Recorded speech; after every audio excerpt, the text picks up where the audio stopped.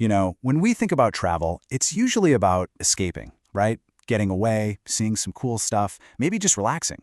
But what if a trip could be so much more than that? Today, we're going to talk about a kind of journey that doesn't just show you new places, but actually gives you a whole new way of looking at, well, yourself. It's a really powerful idea, isn't it? I mean, we're not just talking about recharging your batteries here. We're talking about an experience that could literally change how you see the world, and maybe even more importantly, how you see yourself. And that's really the heart of what we're getting into today. The idea that some places, some experiences, they're like a mirror. They show you a version of yourself you might not have known was there. Someone stronger, more capable, more self-aware than you ever thought possible. So to find an experience like that, we have to realize we're not just planning a trip. Nope, we're setting out on a totally different kind of journey. And at the center of this is something we call solo travel. But look, it's not just about being alone. Not at all. It's about making a choice to really rely on yourself, to figure things out on your own terms, and to just be open to all the personal growth that comes with that kind of independence. Okay, so this brings us to a really, really important point. We've got to look beyond just, sightseeing. We need to understand the big difference between just taking a trip and having a real journey. So think about it like this. On one hand, you have a trip. That's all about what you see, right? Amazing landscapes, cool old cities. But a journey is about what you become. Those amazing sights, they're just the starting point, the catalyst for building something inside of you, like real earned confidence and a much deeper understanding of who you are. So the big question is, where do you go for something like this? Where can you find a place that's just perfect for this kind of inner journey?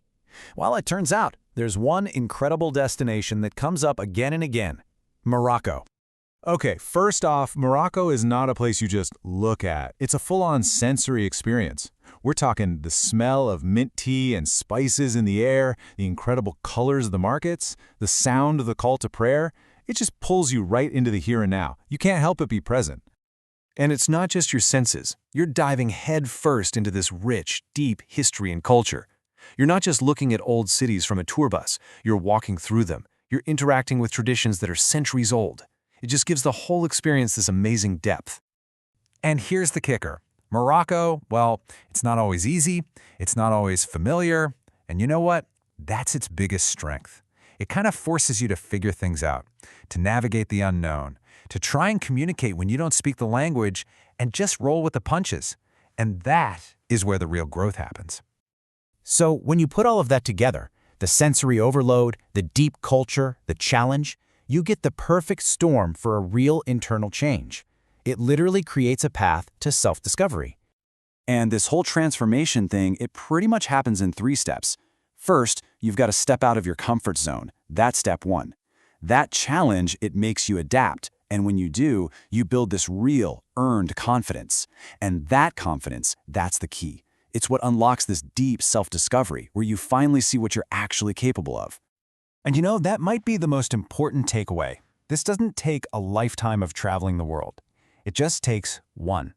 Just one single journey, chosen for the right reasons, can be the spark that starts a whole new chapter in your life.